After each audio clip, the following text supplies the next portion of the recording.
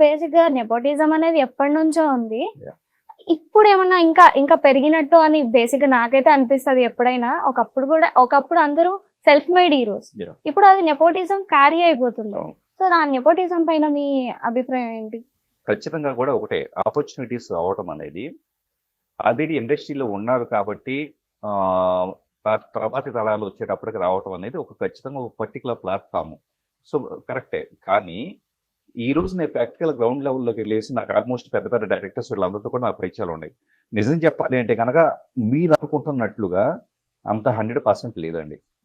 వచ్చిన platform create చేస్తావు. 2, 3 సినిమాలు వచ్చేటప్పుడు నేను ఫలానా హీరోగా వాడి ఫ్యామిలీ అని చెప్పేసనంటే గనక ఆటోమేటిక్‌గా ఒక 4, 5 సినిమాలు వస్తాయి అంతే.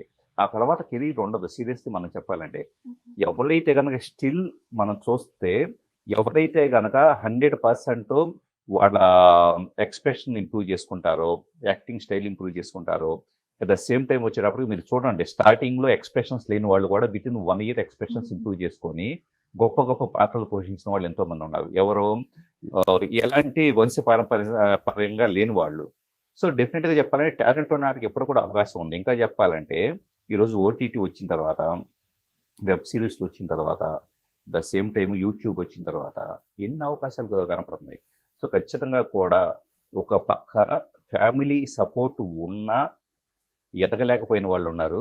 ఎలాంటి సపోర్ట్ లేకుండా బ్రహ్మాండంగా రాజ్యం వెళ్తున్న వాళ్ళున్నారు. కాబట్టి ఎప్పుడు ఈ ప్లాట్‌ఫార్మ్ ఇలా కొనసాగుతూనే ఉంటుంది.